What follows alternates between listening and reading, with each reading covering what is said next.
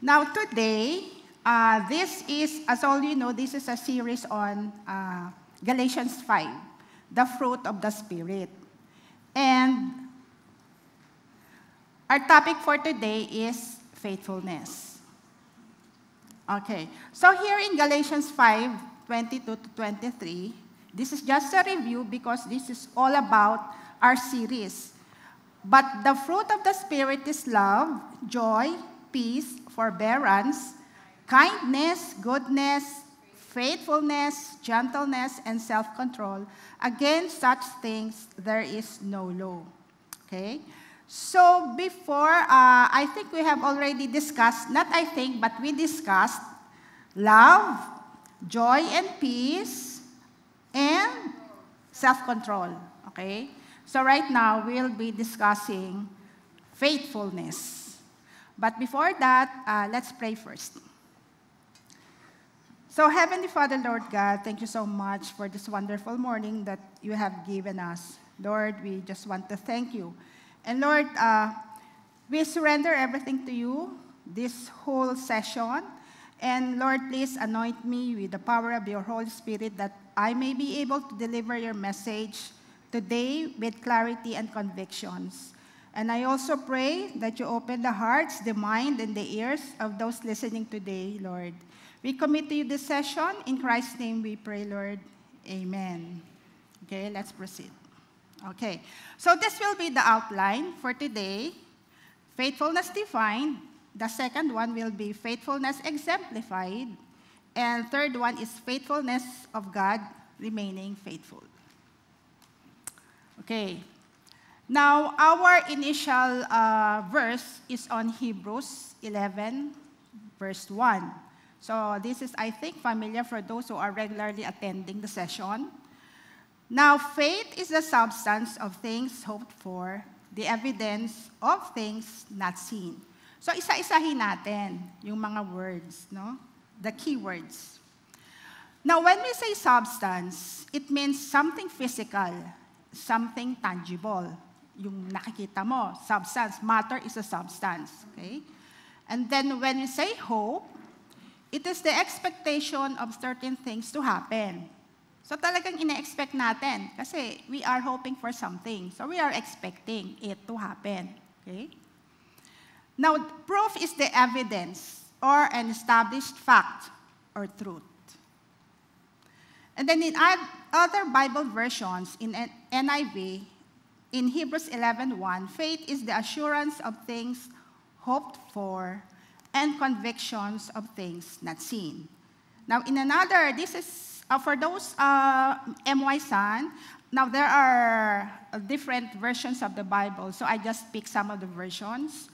Now, for NASB version, faith is certainty of things hoped for and proof of things not seen.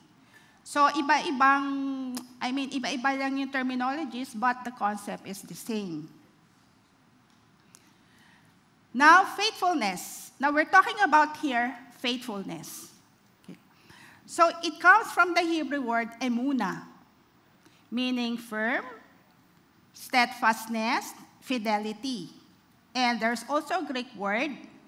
It is pistis, meaning reliability, trustworthiness, constancy.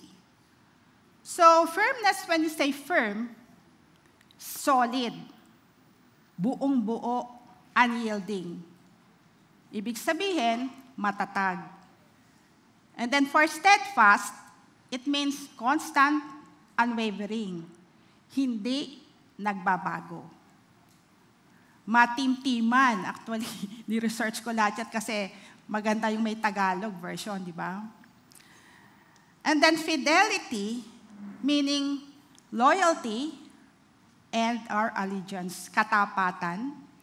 Then reliability, trustworthiness, dependability, maaasahan. Okay. So, ibig sabihin ng faithfulness, matatag, matimtiman, di nagbabago, maaasahan, so very solid when you say faithfulness. Now, Hebrews 11:1 is about faith. faithfulness is the working out result of Hebrews 11. So this is the assurance and certainty of things hoped for, convictions and proof of things not seen. In layman's term, faithfulness is trusting God and remaining loyal to Him and His doctrines. Okay? So that is faithfulness, and that we will discuss today. Now, faithfulness exemplified. Now, I use Job in this session to tell you about something about faithfulness. So have you heard Job? How many have heard about Job? Okay. So the rest, di nyo pa masyadong nababasa. Anyway, there are a lot of faithful characters in the Bible which I could use. Abraham, who else? Abraham and Sarah, sino pa yung mga faithful? Jacob, sino pa ba? Si David, di ba? The most common example. We have Joseph. Now, I think those Bible characters are already famous. Kilala na sila eh. Oftentimes, they are used as faithfulness examples. So right now, sa akin, I choose Job. Why? Because I haven't studied deeply the life of Job. Sabi ko, alam ko na si Abraham, si Sarah, lahat, si David. But then Job, hindi ko pa siya kilala. So yan ang ginamit ko. And I think I had a good choice. I think the best choice because I believe that Job has the finest attitude or character when it comes to faithfulness amidst adversities. So let's study or discuss the life of Job. Now remember, the book of Job is a long book. It has 42 chapters, but this time, since we will only deal on faithfulness of Job, we will just discuss 2 chapters, the first 2 chapters, chapter 1 and 2, and then the later chapters, which I think are 38 to 42. Okay? So we will skip yung gitna because the middle chapters are all about the conversation between friends and Job. Okay, so who is Job? So Job, in the land of Uz, there lived a man whose name was Job. So Job came from Uz. Now, Uz is not from, Uz is not in Israel. It's outside Israel. So that means Job is not a Jew. Okay? Job is a Gentile. Now, this man was blameless and upright. He feared God and shunned evil. So yan blameless siya, upright siya. Now look at verse 2. He had 7 sons and 3 daughters. Marami siyang anak. Malaking family. And he owns 7,000 sheep, 3,000 camels, 500 yoke of oxen, and 500 donkeys. Mayaman, di ba? Large livestock, sabi mo nga, yayamanin, di ba? Upright na siya, blameless na siya, yayamanin pa siya. And had a large number of servants. He was the greatest man among all the people of the East. So what do you think of Jacob, di ba? Mayaman na siya, malaki ang family niya, and yet, blameless pa siya and upright. Sobrang na siya, no? Ang bait-bait, mayaman na, mabait pa. Di ba? Tapos, takot pa kay God. Saan ka na? Di ba? Okay. Now, when it comes to his family, verse 4, his sons used to hold feasts in their homes on their birthdays, and they would invite their 3 sisters to eat and drink with them.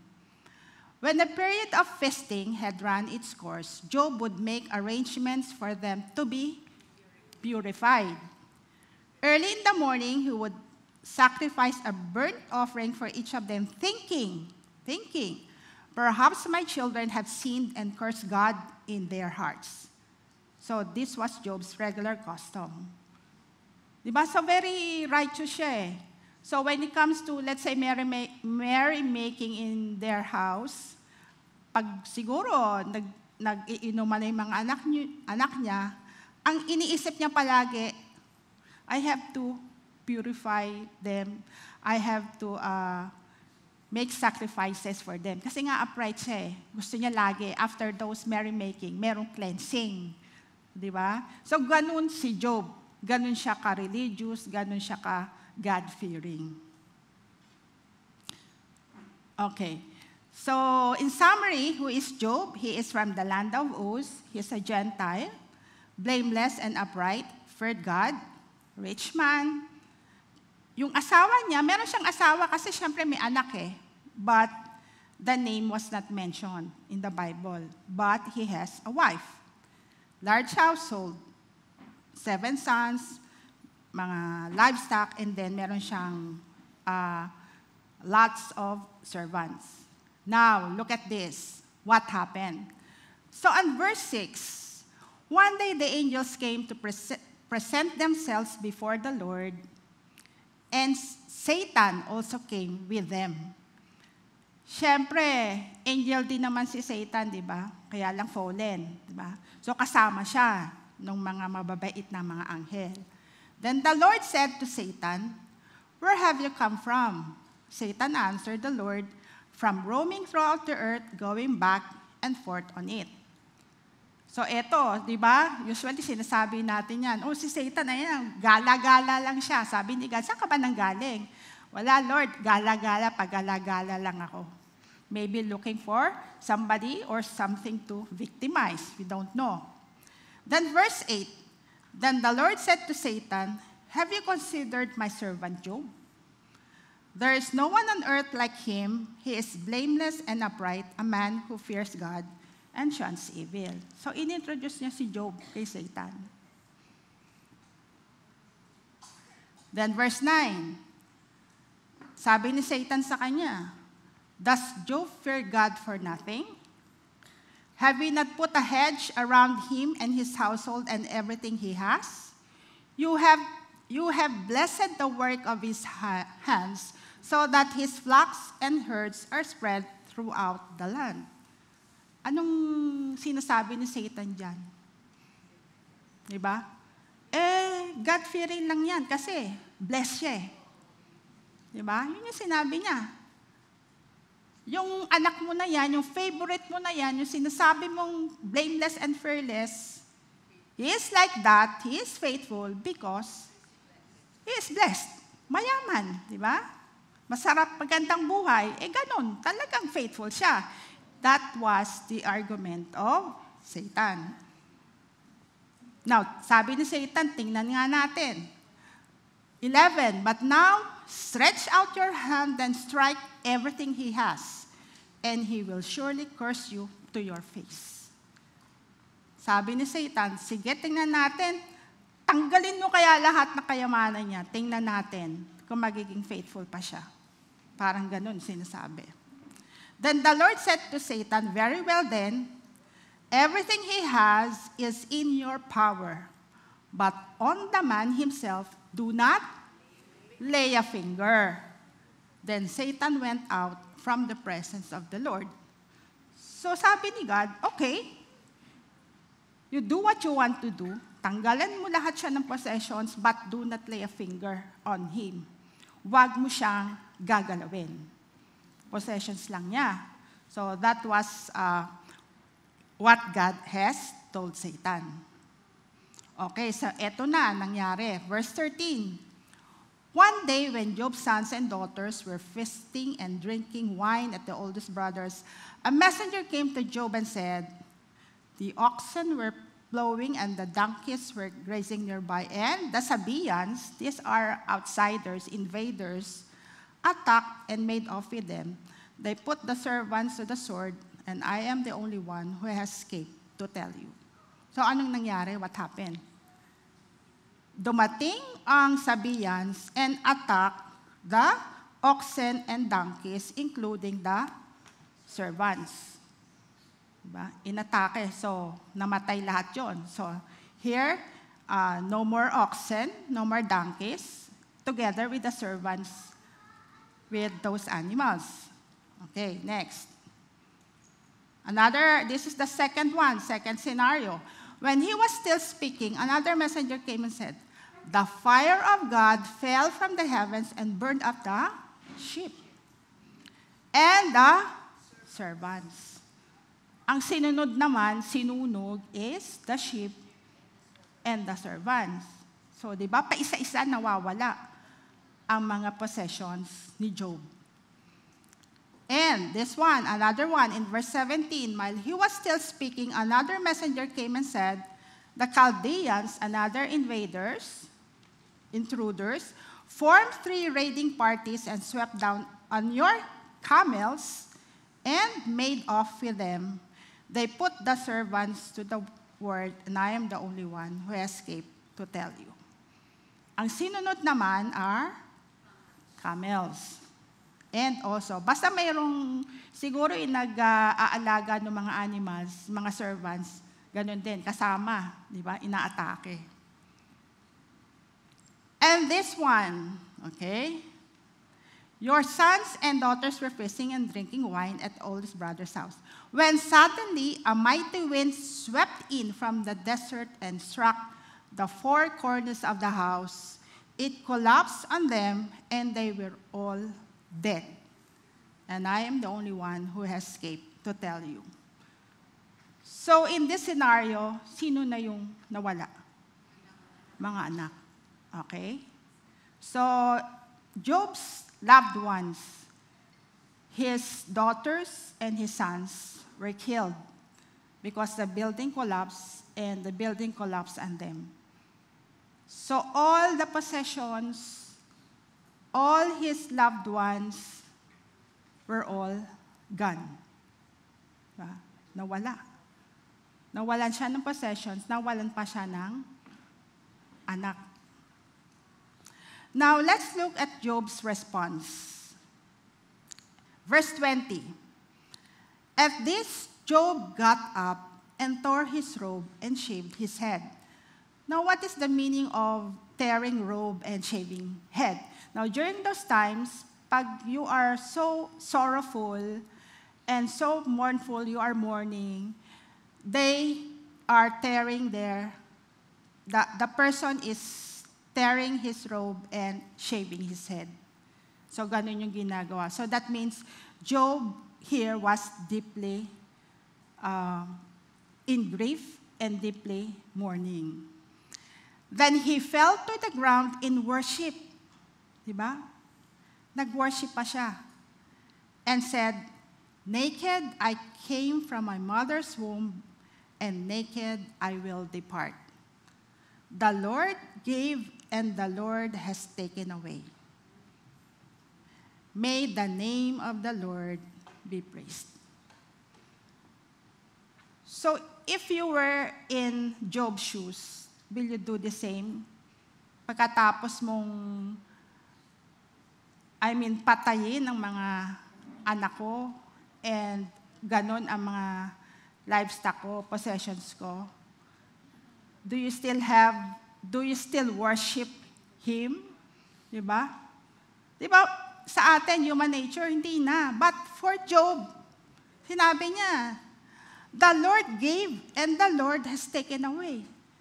So Job is acknowledging that what he has is not his, but it's God's.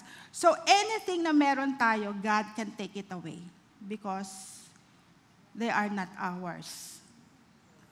So Job acknowledged and submitted to the will of the Lord. In all this, Job did not sin by charging God with wrongdoing. See? So ganon. This is how Job showed his faithfulness. Now, on chapter 2 of Job, ito na naman yung sin. On another day, the angels came to present themselves before the Lord, and Satan also came with them to present himself before him. So, ando na naman si Satan, di ba? Tsaka yung mga angels. Kausap na naman nila si God. And the Lord said to Satan, "Where have you come from?" Ganun ulit. "Lord, paikot-ikot ako, paggala-gala ako." Diba? Yun yung in layman's term, yun ang sinabi ni Satan kay Lord. Then the Lord said to Satan, "Have you considered my servant Job?" Inulit na naman niya, "There is no one on earth like him. He is blameless and upright, a man who fears God and shuns evil. And he still maintains his integrity, though you incited me against him to ruin him without any reason."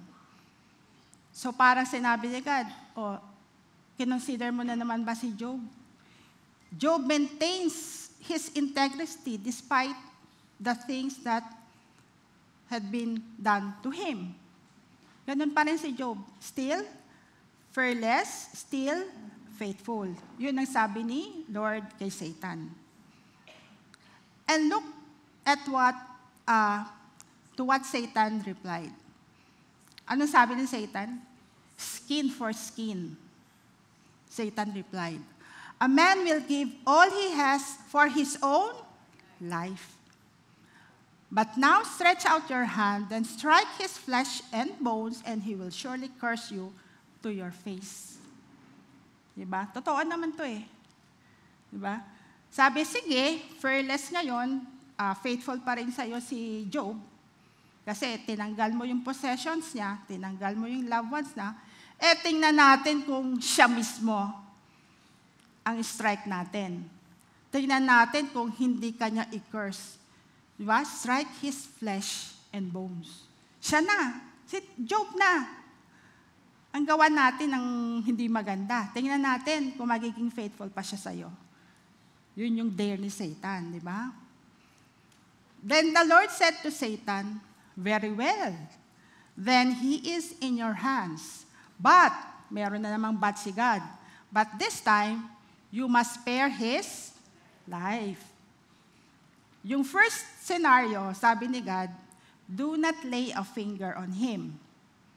Sabi, huwag mong gagalawin si Job. Pero this time, since flesh and bones na ni Job, ang kanilang kino-consider, ang sabi ni God, huwag mo siyang patayin. Sige, bigyan mo siya ng whatever, strike mo siya, strike his flesh and bones, but spare his life. Okay? So Satan went out from the presence of the Lord and afflicted Job with painful sores from the sole to his feet to the crown of his head. Then Job took a piece of broken pottery and scraped himself with it as he sat among the ashes. Nakuha ko lang kasi wala ako makitang totoong tao na fully afflicted with leprosy. But this one, it says there, Job, broken pottery. Yun yung ginamit niya. Siguro because when you have this sores, itchy, and you are in pain. So the broken pottery, according to some Bible commentaries, means broken spirit. Okay? Ganon ka-broken na ang spirit ni Job, and he just want to, parang scratch na, siya na. Dahil sa sobrang sakit siguro. Di ba? Sobrang itchy. Kumuha na lang ng yung sa paso. Diba? Sige lang, siya na. Because parang, Lord, sobra na to, but ganito na to kasakit. Kasi this time, his health is now being tested, is being attacked. Before, wealth lang eh. This time, yung health na niya. Diba? So, ganun kasakit, ka-sorrowful, devastating, yung naging experience ni Job. O eto na, umenter na yung wife. His wife said to him, "Are you still maintaining your integrity?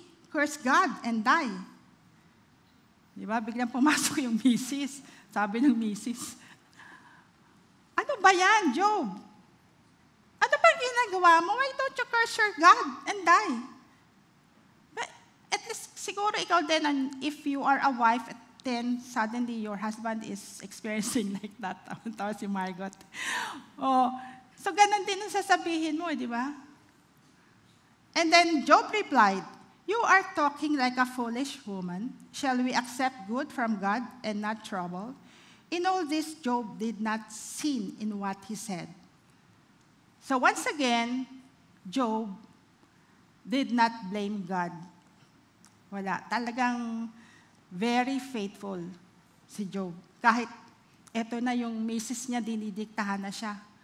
But still, Job remained faithful. Okay. So, ano din naman in the next verses of Job, Job is lamenting to God. There are lamentations. So it is very long, so I just pick up those verses na talagang there is an impact on our life. So in Job 7:17, ito yung sinasabi ni Job. He was pouring out to God, "What is mankind that you make so much of them, that you give them so much attention, that you examine them every morning and test them every moment? Will you never look away from me or let me alone even for an instant? If I have sinned, what have I done to you? You who see everything we do, why have you made me your target? Have I become a burden to you? Why do you not pardon my offenses and forgive my sins? For I will soon lie down in the dust. You will search for me, but I will be no more." Diba? Sabi niya, "What have I done to you?" Ganon din siguro sa atin Sasabihin natin, "Lord, why me? Bakit ako? Meron ba akong nagawa na sobrang malaking kasalanan sa'yo at ginaganito mo ko?" That was exactly how Job responded, or not responded, but pouring out his spirit. Bakit ako? Righteous ako Di ba? Blameless ako. Bakit ako ang ginanon mo? Have I not wept for those in trouble? Has not my soul grieved for the poor? Yet when I hoped for good, evil came. When I looked for light, then came darkness. The churning inside me never stops. Days of suffering confront me. I go about blackened, but not by the sun. I stand up in the assembly and cry for help. Ano sinasabi niya? Tumutulong naman ako sa iba. Di ba? My soul grieve for the poor. I hope for good, but you gave me evil. I look for life, now I am in darkness. See the outpouring of heart of Job. Now Job's responded in hope, wisdom, and understanding.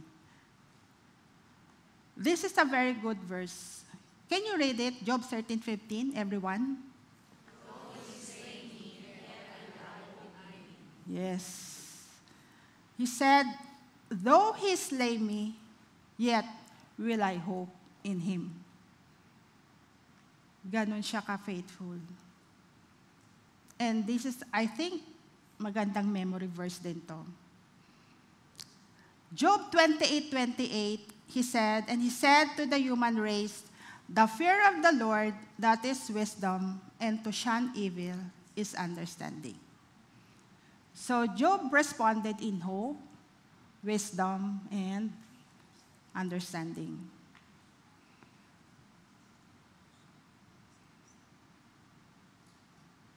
Another response of Job.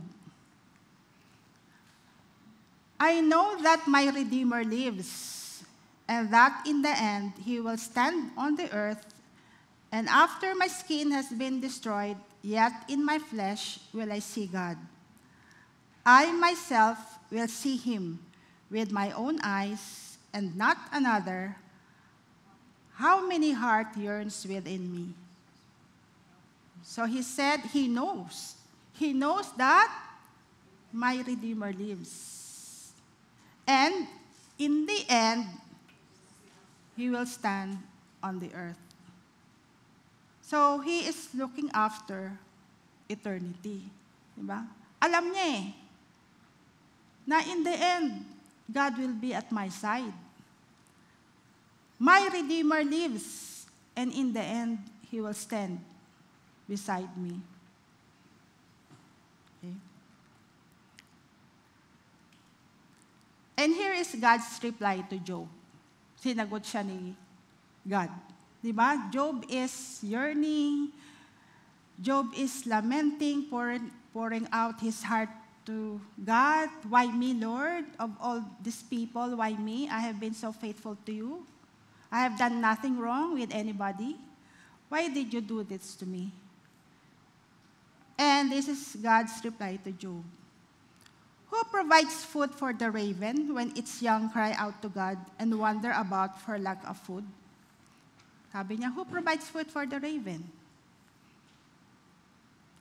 Does the hawk take flight by your wisdom and spread its wings toward the south?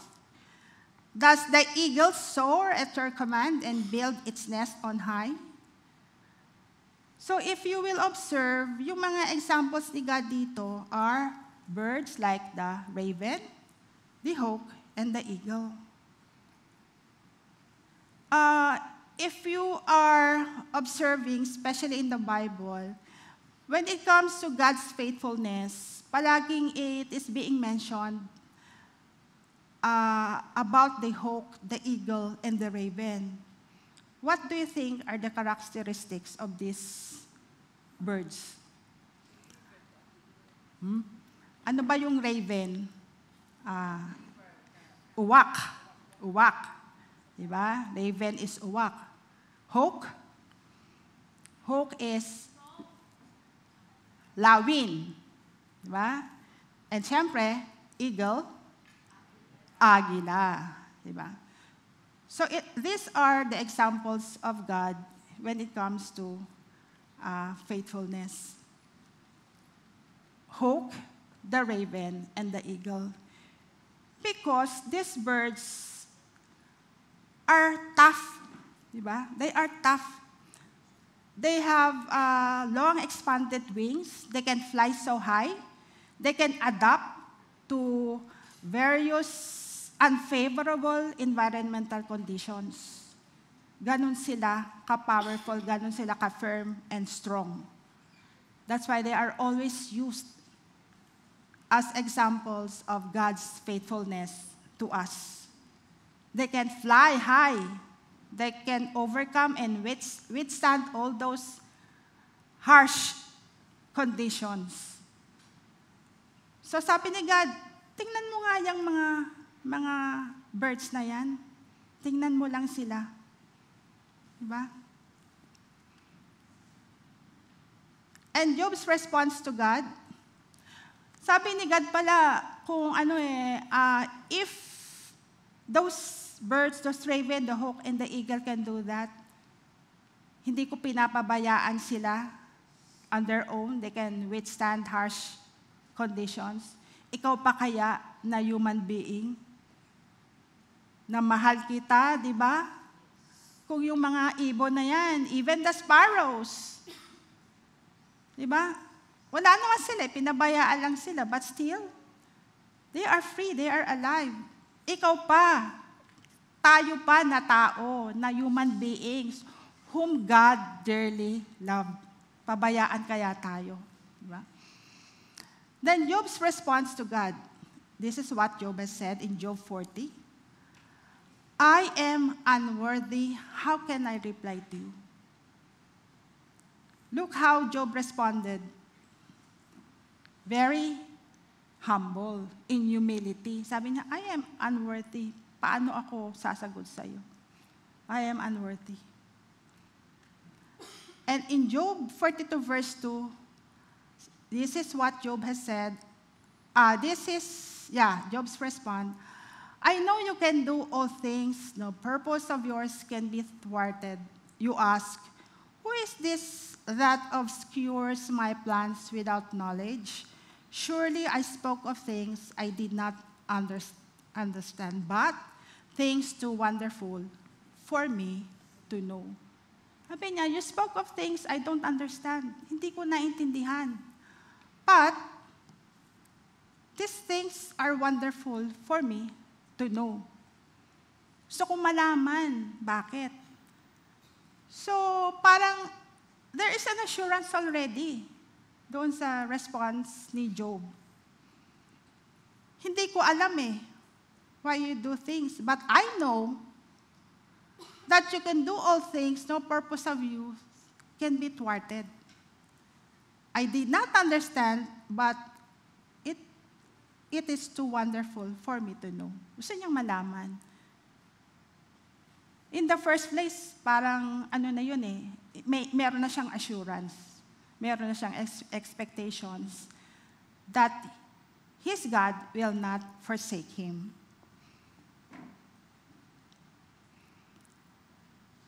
Now in Job 42, after Job had prayed for his friends, the Lord restored his fortunes and gave him twice as much as he had before. So ni-restore ni God ang mga nawala kay Job. And it is double, twofold. Binalik sa kanya, twofold. All his brothers and sisters and everyone who had known him before came and ate with him in his house. They comforted and consoled him over all the trouble that Lord had brought on him. And each one gave him a piece of silver and a gold ring. See? So, how did God provide for Job? Paano niya binalik yung mga nawala sa kanyang possessions? God used people, brothers and sisters, who gave him pieces of silver and gold. Then verse 12, the Lord blessed the latter part of Job's life more than the former part. He had this time, dati 7, now he had 14,000 sheep. How many oxen? 6,000 camels and 1,000 yoke of oxen and 1,000 donkeys. Doble pa yung ibinalik ni God sa kanya. And he also had 7 sons and 3 daughters. Di ba may misis siya? Di ba? So, hindi naman nagalaw yung misis. Ito lang sa akin pero hindi naman sinasabi doon. Ito nga.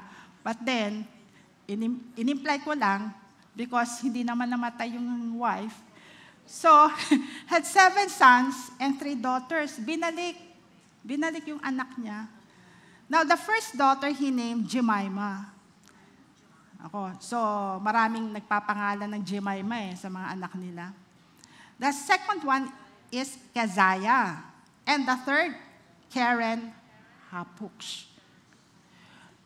Now, look at verse 15. Nowhere in all the land were there found women as beautiful, diba? As Job's daughters. Sobra daw gaganda No one in the land had been found as beautiful as Job's daughters. So, hindi lang binalik yung mga anak, ang ibinalik, sobrang gaganda pa. Diba? Ikaw na. And their father granted them an inheritance along with their brothers. And after this, Job lived 140 years. He saw, ito maganda this is also the desire of my heart. He saw his children and their children to the 4th generation. Diba sana all? Diba tayo? Sana hanggang sa kaapu-apuhan ng apo natin, makita natin. Diba? That was the blessing of God to Job. And so Job died, an old man and full of years.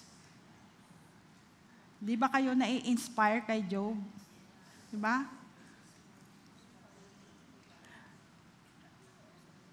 Okay. So that was the life of Job. And when I was studying the life of Job, I was so motivated and encouraged and deeply touched by how God blessed him despite the adversities that he had experienced. Now, what are the lessons that we learned from Job? Number one is faithfulness brings inner peace and contentment. In Job 23:10, but he knows the way that I take.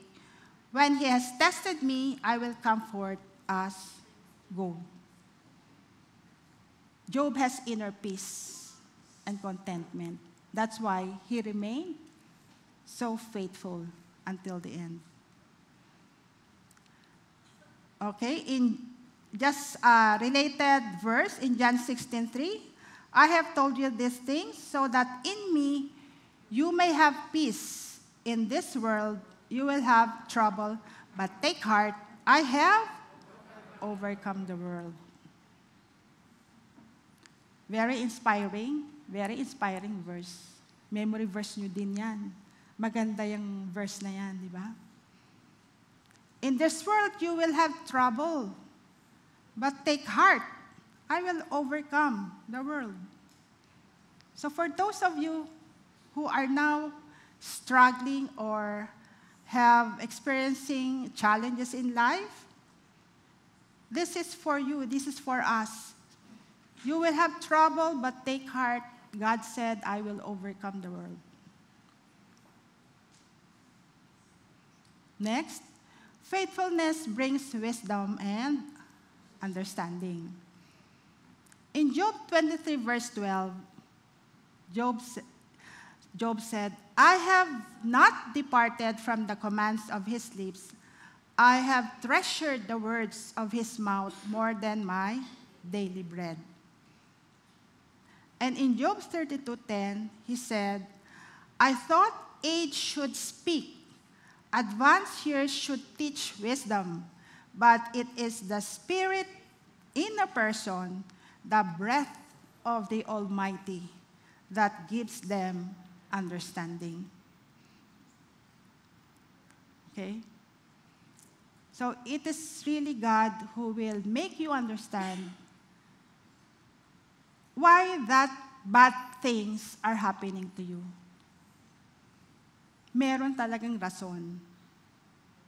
And that is sometimes beyond our human understanding. Di natin talaga alam bakit. Diba?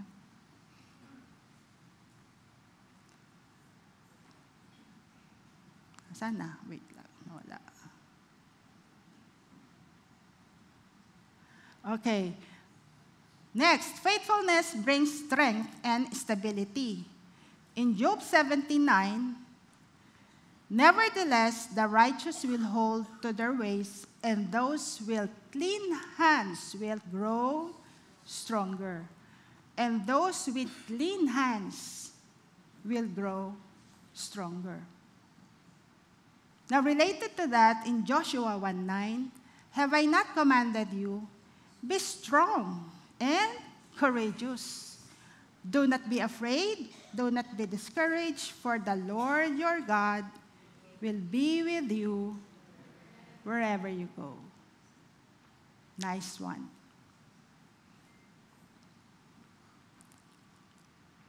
Faithfulness brings restoration. Na-discuss na rin natin to in Job 42. After Job had prayed for his friends, the Lord restored his fortunes and gave him twice as much as he had before generation. And so Job died an old man and full of years. And this is a very important one. Faithfulness brings eternal rewards. In Job 19, verses 25 to 27, inulit ko lang ulit, and this is a very good verse as well.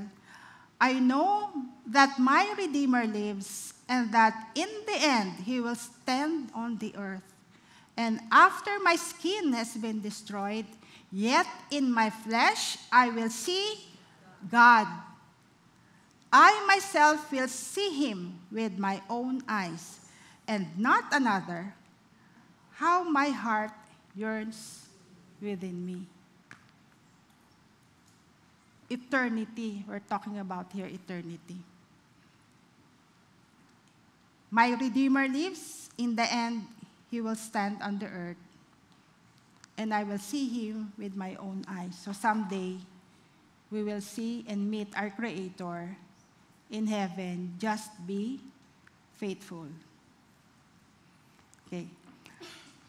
Before that, allow me to read, ito yung mga take ko about Job, the life story of Job.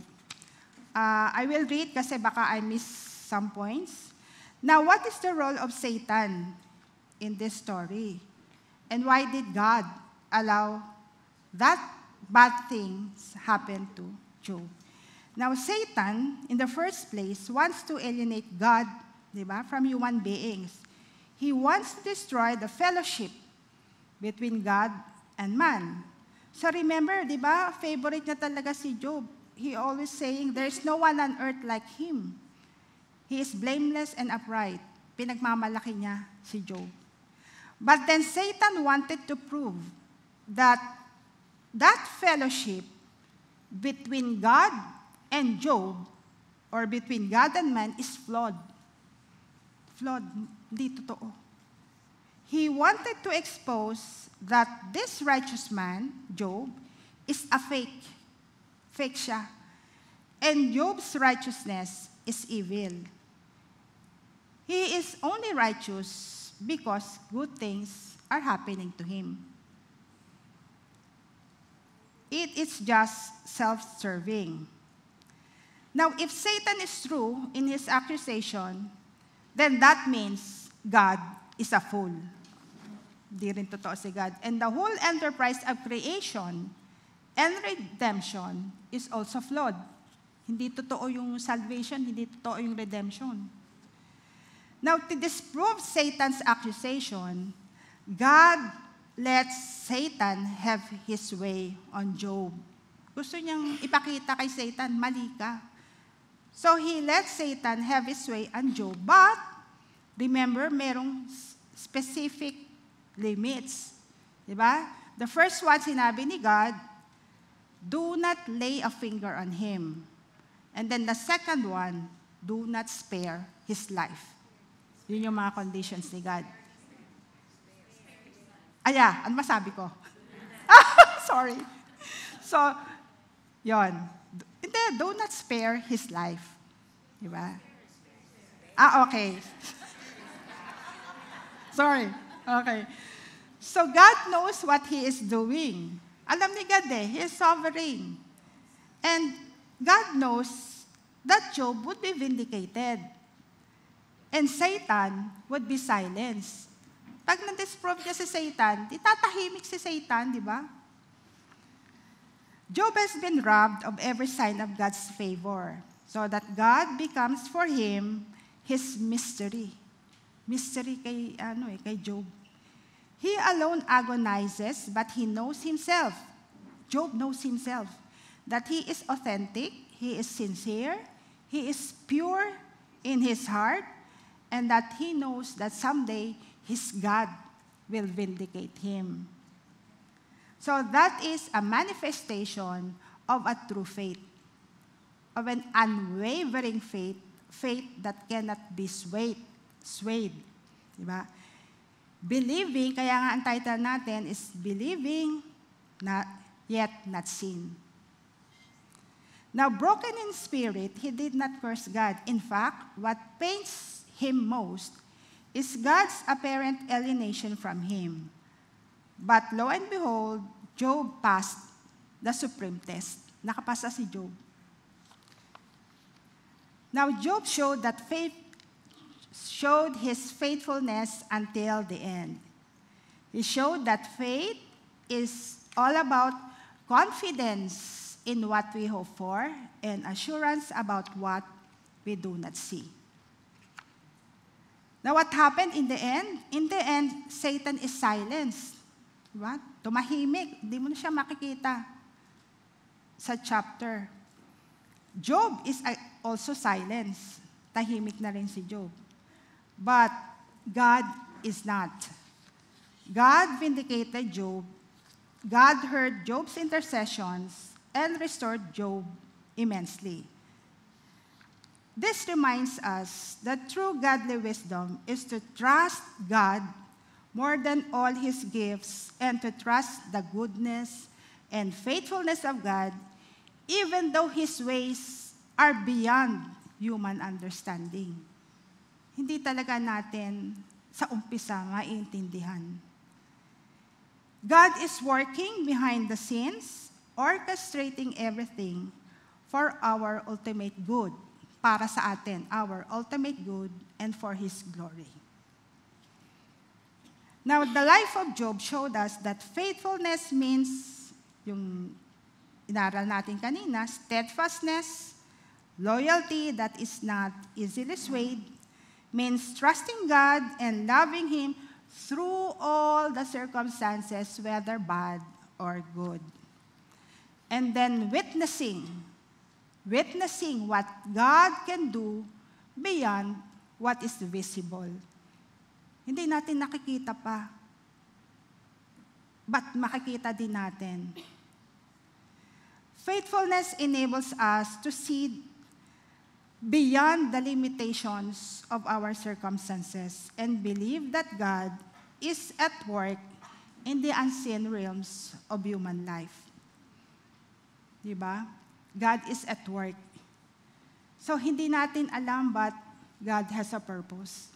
Bakit nangyayari sa atin yung bad things na mga yon?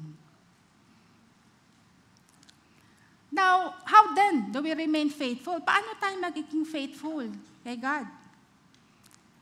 In John 15, verses 4 to 5, it says, "Remain in me as I also remain in you.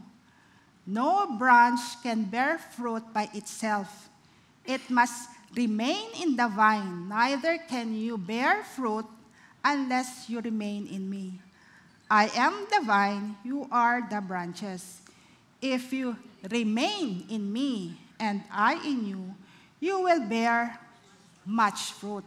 Not only fruit, but the promise is much fruit. And apart from me, you can do nothing. So the secret of remaining faithful to God is to remain in Him. Remain in Jesus Christ so that we can bear much fruit. That's the secret. That's how to remain faithful.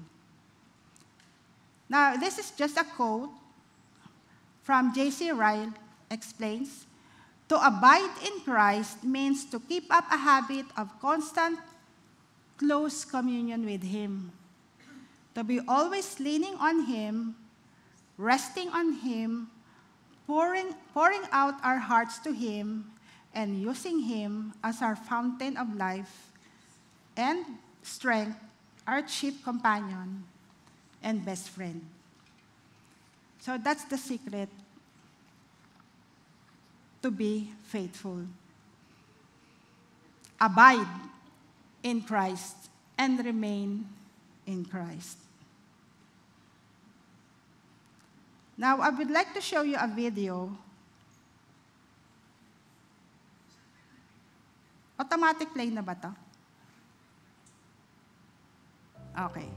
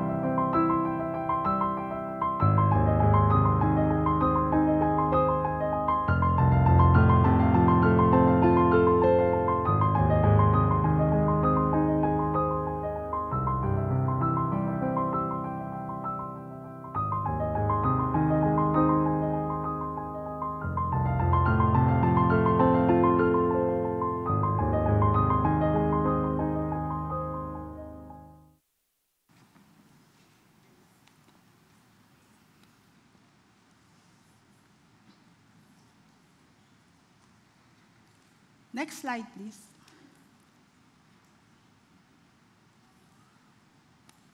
Pwede? Okay. Okay, so the video shows us the eagle in the storm. So like the eagle, we can soar above the storm of our life. We can spread our wings and ride the winds of the storm. Do you think can we escape the storm in our life? No. Diba? We cannot escape the storms. Darating at darating yan sa buhay natin. But it can come in different intensities. Pwedeng storm signal number 1, storm signal number 2, number 3, number 4, number 5. The highest so far is number 5. And it can wipe out everything. So we cannot escape. All we have to do is to embrace and face the storm. We have to face it. We have to ride the winds of the storm so that we can soar above the storm. That's what like the eagle does. We have to ride the winds of the storm. Kailangan nating sumakay sa hangin ng bagyo. Sakyan natin yung hangin para umakyat tayo pataas. Kailangan nating tumaas doon sa ibabaw ng bagyo. So we have to ride the winds of the storm. We have to face it. But the journey of that riding the winds is tough. Mahirap. But we have to do it. And we can only do it if we remain in the vine, if we abide in Christ and remain in the vine. Yun lang ang sekreto. Diba? And it is only by the power of the Holy Spirit in us that we can do that. And I'm pretty sure, and I'm sure that one day, when we see our Master in heaven, He will surely say to us, He will reply to us, "Well done, good, faithful servant.